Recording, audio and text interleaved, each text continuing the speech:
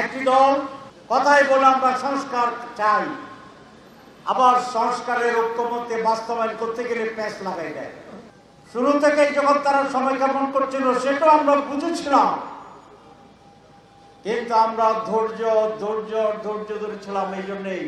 এবং এইভাবে ফেব্রুয়ারিতে যদি নির্বাচন হয় তাহলে সময় ক্ষেপণ করে তারা ওই সংস্কার বাস্তবায়নের কাজ থেকে সংকুচিত করার ষড়যন্ত্র করছে।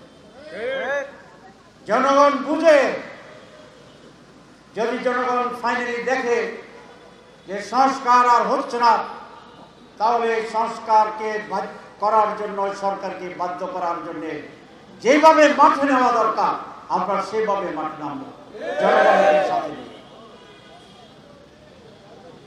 অনেক আলোচনার পরে আমরা শুরু থেকেই বলেছিলাম, সকল দল যদি এক জায়গায় একমত না হয় তাহলে সংস্কার ইস্যুতে গণভোট অর্জন করা, কারণ জনগণই হচ্ছে সুপ্রিম অথরিটি। এটা খুব সোজা কথা যে আমি আপনি এক হতে পারি না, তো জনগণ ডিসাইড করুক। তারা শেষ পর্যন্ত গণভোটের জন্য রাজি হয়েছেন, তাদেরকে আমি ধন্যবাদ জানাই, বিএনপিকে ধন্যবাদ।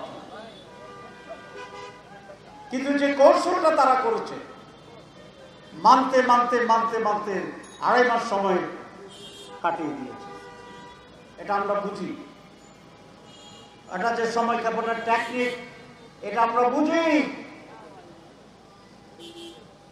শুরু থেকে যখন তারা সময় ক্ষেপণ করছিল সেটাও আমরা বুঝেছিলাম, কিন্তু আমরা ধৈর্য ধরেছিলাম এই জন্যেই যে আমরা চেয়েছিলাম সময় ক্ষেপণ করলেও টাইনা টুনা ওই গণভোটের কাছে ইনশাল্লাহ নিয়ে আসবো। তারা সময় ক্ষেপণে বিজয় অর্জন করেছে। আমরা সবাইকে গণভোটে তারা সহ নেওয়ার সাথে আমরাও বিজয়ী হয়েছি।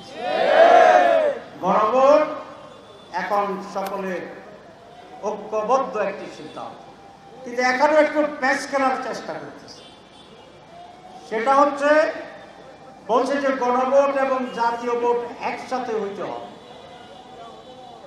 তো জাতীয় ইলেকশন তো গণভোট আগে হইতে হবে, এই জন্যে গণভোটে অনেক সংস্কার প্রস্তাব আছে, যেটি পাশ হলে জাতীয় নির্বাচনের প্যাটার্ন, নির্বাচনের ধরন, নির্বাচনের আওতা, নির্বাচনের পয়েন্টস অনেক কিছুর পরিবর্তন হয়ে যাবে।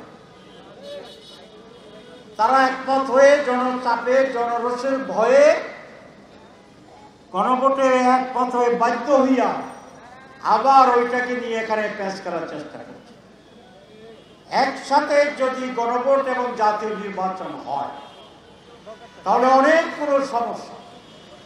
একটা সমস্যা আপনাদের উল্লেখ করি, যেমন আমাদের জুলাই চার্টার, যেটা সংস্কার প্যানেল আমরা করেছি, সংস্কারের যে কতগুলো দাবি হচ্ছে, এর ভিতরে একটা হচ্ছে আপার হাউসে পিআর সিস্টেমে নির্বাচন,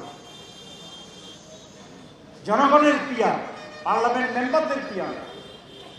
জনগণের পিআর মানে হচ্ছে সকল জনগণের ভোটে আপার হাউসের সদস্য নির্বাচিত হবে।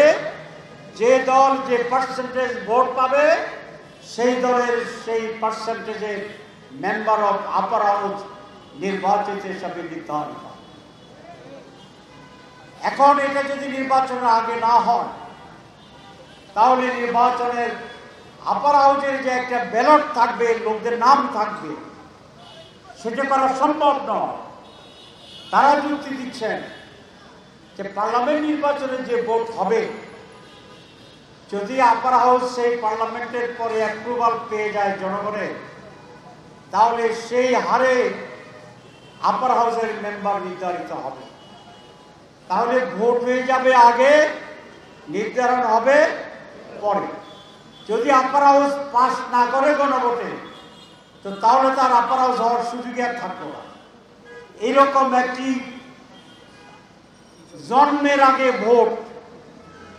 ভোটটা হবে কি, যে পুরুষ নামে ছেলে নামে এখনো হয় নাই, সায়েন্টিফিক ওয়েতে যেভাবে নির্ণয় করা যায় সেটাও এখনো সময় আসে নাই।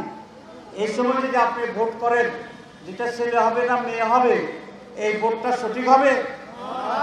এটা তো গণকের ভোট হবে। তারা চাচ্ছেন আপার হাউস হবে পরে, ভোট হয়ে যাবে আগে। উৎপট টাইপের কথা, রেট্রোস্পেক্টিভ ইফেক্ট বলছে। রেট্রোস্পেক্টিভ ইফেক্ট সকল ক্ষেত্রে চলে না। কেউ যদি কোর্টে যায় যে আপনি নির্বাচন করছেন আগে, আপার হাউস গঠন করছেন পরে, গঠনের আগেই নির্বাচন, এটা বৈধ হইতে পারে না, তাহলে কোর্ট সেটাকে স্থগিত করবে। এর মূল কথা হচ্ছে এটা তারা চায় জনগণের কথা করছে, কিন্তু হয় না। মুখ মে শেখ ফরিদ, বগল মে ভিন্ন রকম চিন্তা। আমরা কালকে ইলেকশন কমিশনে গিয়েছিলাম, আপনারা টেলিভিশনের বন্ধুদের মাধ্যমে জাতির সেটা জানতে পেরেছি। আমরা বলেছি যে গণভোট হচ্ছে একটা সিম্পলিস্ট ভোট। এখানে কোনো দল নাই, কোনো প্রতিদ্বন্দ্বিতা নাই, ব্যালট একটা থাকবে, জনগণ হা অথবা না লিখবে।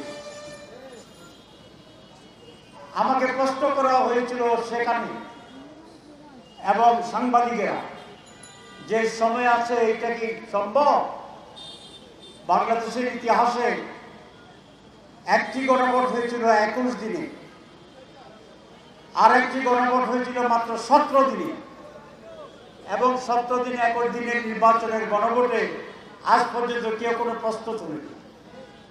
প্রক্রিয়ার ক্ষেত্রে আমরা ইলেকশন কমিশনকে বলে আসছি যে এই নির্বাচনে 1 মাসের ভিতরে গণভোট করা সম্ভব।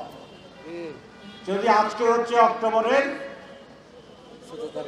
14, নভেম্বরের 15 যদি গণভোট হয়, নির্বাচন যদি ফেব্রুয়ারির 16 তারিখ হয়, তাহলে ডিসেম্বর, জানুয়ারি, ফেব্রুয়ারি 2.5 মাস আমাদের হাতে থাকে।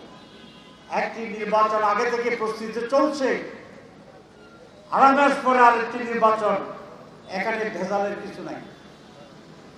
আরেকটি কথা তারা বলে, মানুষ বলে কেউ কেউ, যে জাতীয় নির্বাচনের আগে আরেকটি নির্বাচন করার ঝুঁকি নেওয়া ঠিক হবে কিনা। কেন?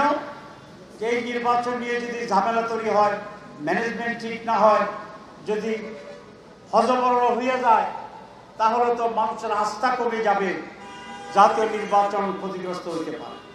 কথাটি যুক্তি। তার চেয়ে আরো বড় যুক্তি হচ্ছে যে আপনি যদি হজবরল হয়ে যায়, তাহলে হজবরলের এই রেজাল্টটা আপনি আগে টেস্ট করে ঠিক করে ফেলা ঠিক হবে না? পুলিশ আপনাকে কপারেট করে কিনা, সিভিল অ্যাডমিশন কপারেট করে কিনা, ওরা নিউট্রাল কিনা, আপনার লোকেরা ঠিক মতো বুঝটুজ আছে কিনা, এটা তো আগে টেস্ট হয়ে গেলে ভালো। যেটা যেটা দুর্বলতা, এটা জাতীয় নির্বাচনে আমরা রিপেয়ার করে নেব। আর টেস্টের আগে একেবারে নতুনভাবে সব ভেজাল, সব অযোগ্যতা, সব নন কপারেশন নিয়ে যদি আপনি প্রথমেই জাতীয় নির্বাচনে যান, আর সেখানেই যদি ভেজাল